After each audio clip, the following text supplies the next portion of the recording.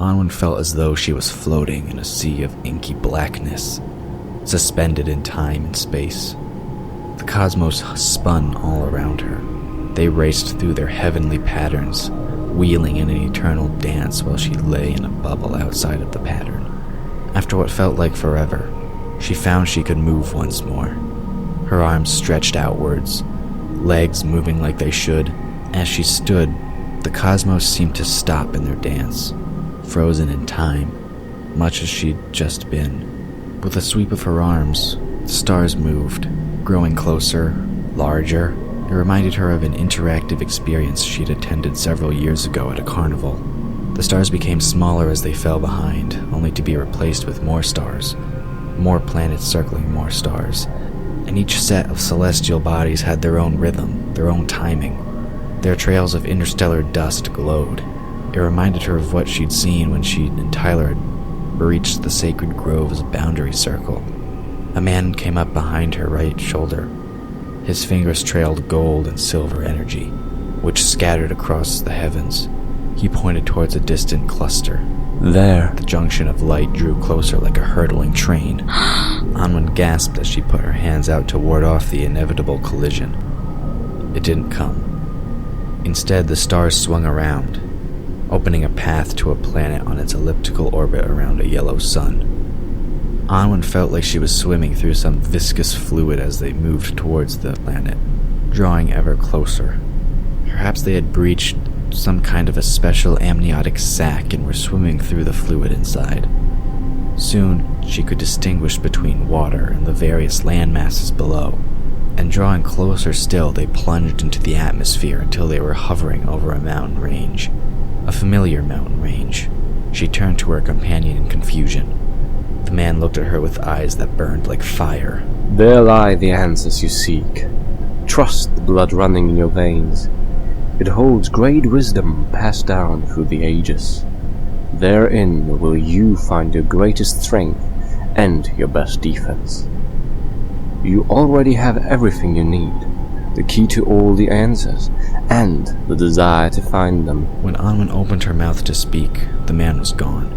She looked back down at the landmass below, trying to understand what he'd told her. She'd spent years trying to find this place. She already knew it was where everything began, but how could she already have everything she needed? Trust me, Anwen breathed, trying to understand, but failed. Just when she was about to turn to look back at the stars, she began to fall once more. She plunged towards the earth below, falling faster and faster.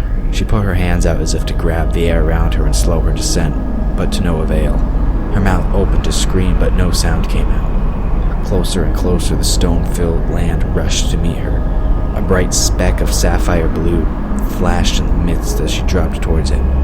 Inside the rapidly growing jewel, there was a speck of dark green. A circular copse of trees emerged. A black stone shrine thrust up from the middle as she plunged down. Her body rotated for a full impact as she threw her hands in front of her face. Anwen sat up abruptly, almost panting for breath. She found herself on the grass next to the shrine, heart racing. It took a moment for her to realize someone was holding her hand and that her head hurt like she'd hit it on something hard. Ow. She put her free hand to the back of her head, found a lump off to one side near her left ear. What happened? Tyler helped her lean against the altar. You passed out. He explained. Might have been from the heat or just overdoing it. Anything's possible. For a brief moment, Tyler's eyes were that molten gold color, but were blue again with the next blink. Here. He offered a water bottle from his pack, advising her to take just a sip to start. Anwen felt the cold water trickle down the back of her throat with relief, like rain falling on a desert. She closed her eyes, savoring the sensation. How long was I out? She wondered. Tyler took the bottle back and sipped a little as well. Not long. A couple of minutes, give or take. He shrugged.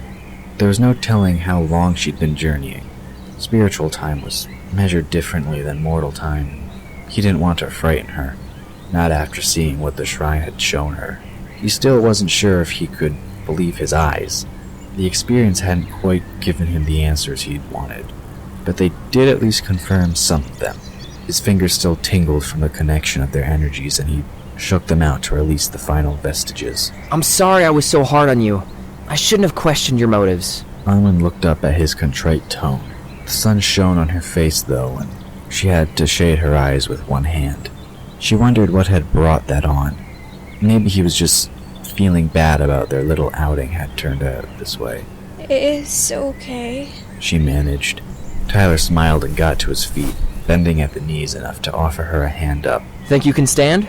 Let's find out. Using his weight as a lever, Anwen pulled to her feet, a bit unsteady, but upright. My head still hurts. She confessed, seeing his expression.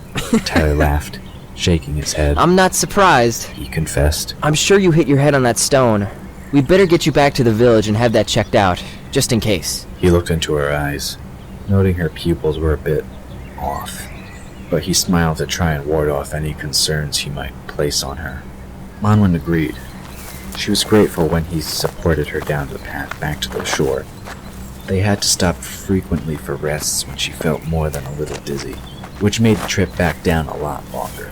I hope this isn't your idea of showing a girl a good time. She quipped as he helped her into the boat. Tyler shook his head as he took his place across from her, stowing the pack under his seat. Not exactly. He confessed, taking up a paddle. He stowed the mooring line at his feet and he pushed off from the dock. Yeah. I usually try to keep my dates out of harm's way, if you know what I mean. I just wasn't expecting you to fall like that. He'd only meant for her to touch the altar. Chances were, of course, that it would have happened anyway. Visions usually threw off even the most seasoned individuals. But she was a novice, and he should have expected events to unfold as they did. Anwen pursed her lips as she swayed with the rhythm of the water. Well, neither was I, but I guess there's the first time for everything. She squinted, her vision blurry for a moment. She blinked, trying to clear it as she looked down at the water. Ripples trailed out from the wake of their passage, the paddle dipping in and out of the water. It would have been peaceful, except for the pounding in her head. I think She paused, trying to keep her eyes focused. that I'm gonna be sick. With that, Anwen leaned over the side and stretched, making good on her announcement. Tyler watched in concern, unable to do much but keep the boat steady as Anwen slid down off the thwart to rest on the boat's rib joints. Her hands trailed into the water as her head rested on the upturned edge. He noticed a faint sheen of sweat on her forehead. It was a good sign that her condition was not compounded by heat stroke. All the same, he quickened his pace, digging deeper into the water. He purposefully let the cool spray land on her as he alternated sides with his paddle, both to keep her cool and awake. In less than half the time it had taken them to reach the island, Tyler navigated the boat back to the small fishing village ruins. With a bit more difficulty, he helped Anwen out of the boat, almost capsizing the small craft. He didn't bother tying the line off. After a second's hesitation, he pushed the bow under the water. The whole structure began to fill and then disappeared from view as it sank into the deep confines below. I don't feel good. Anwen confessed as she tried to be helpful but failed. She almost flopped to the ground next to one of the low huts while Tyler hid all the other traces of their activity. If this is what it feels like to be drunk, I don't like it. She half slurred. Tyler hauled her up onto his shoulders, piggyback style, pulling her legs around his chest. Come on. He urged. We've got a bit of climbing to do, okay? Yeah. Anwen agreed as her head lulled against his shoulder. Her arms draped around his neck. Where are we going again? She half recognized the path they had started out on, but wasn't sure. Everything had a bit of a fuzzy edge to it, making everything unfocused. At least she couldn't tell how high up they were, nor did she think about it. It hurt too much to think. Just don't let go. Tyler cautioned. He looked up to make sure no one was watching from above and then sprinted up the path. His passage left a faint trail of dust behind as the mud superheated and dried. In no time at all, they were back at the top, heading towards the guardrail where his moped was parked. Anwen smiled at the bike like a senile old lady. Hey, look at that. She drawled. Are we gonna ride that? She almost slid off Tyler's back as he turned away from the rail, placing most of her weight against the metal guard. Unless something bigger comes along. Tyler replied. He knew the probability was low, especially at that time of day. He glanced up at the sun and noted its gradual downhill climb. It was well into the afternoon now. Even though Anwen's symptoms all pointed to a concussion, he doubted that was the whole story. Either way, he wanted to get her safely back to the village. Anwen was sluggish as she let him help her onto the scooter's seat. He put his arms around her to keep her steady and then took up his place behind her. Forward, gallant knight. She tried to joke, using the same words she used at the start of their adventure. Tyler wondered how much of this she would remember, then decided it didn't matter. He revved the engine and punched the gas, speeding back towards the village.